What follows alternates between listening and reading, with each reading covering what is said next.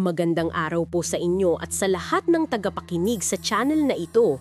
Ang karanasan kong ito ay isa sa hinding-hindi ko makakalimutan at nagpatindig ng aking balahibo. Noong nakatira pa ako sa isang lumang apartment sa Quezon City, may isang silid akong madalas iwasan, ang silid sa dulo ng pasilyo. Sabi ng dating may-ari ng bahay, may mga kwento raw tungkol sa silid na iyon, pero hindi ko pinansin noon. Ang apartment ay matanda na, may mga bakas ng panahon sa mga dingding, at may amoy ng lumang kahoy na tila ba nagkukwento ng mga alaala nito.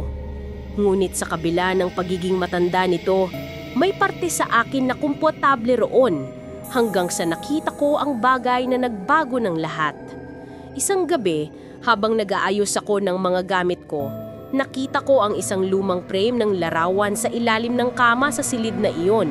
Itim at puti ang larawan, kuha raw noong dekada 70s. Nakita ko ang mga mukha ng mga taong hindi ko kilala, pero parang may kakaibang tingin sa kanilang mga mata.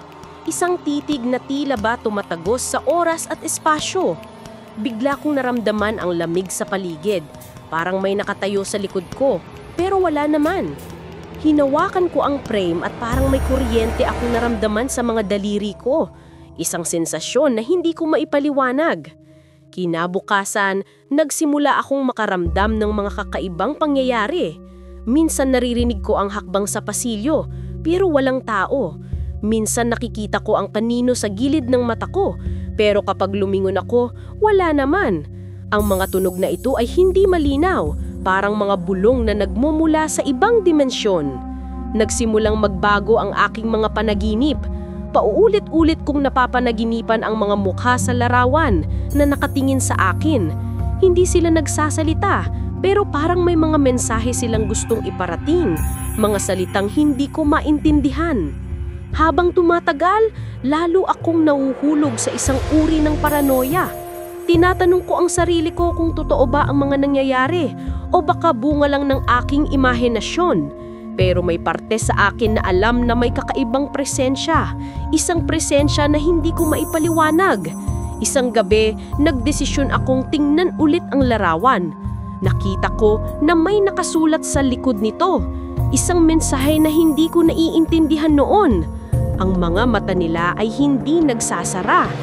Parang may tinig akong narinig sa aking isipan, isang bulong na nagsasabi na ang mga taong nasa larawan ay hindi namatay, kundi nasa isang estado ng paghihintay. Nagsimula akong makakita ng mga larawang nasa paligid, sa salamin, sa dingding, sa mga anino. Parang sumasapi sila sa realidad, unti-unting nagiging bahagi ng aking mundo. Hindi ko alam kung paano ito nangyayari, pero tila ba may koneksyon ang larawan sa mga pangyayaring ito. Isang gabi, nakita ko ang sarili ko sa panaginip na kasama nila. Nakatayo ako sa gitna nila, pero hindi ako makagalaw. Ang mga mata nila ay nakatitig lang sa akin. Walang emosyon, walang buhay, pero puno ng isang uri ng pagmamashad na nakakatakot. Sinubukan kong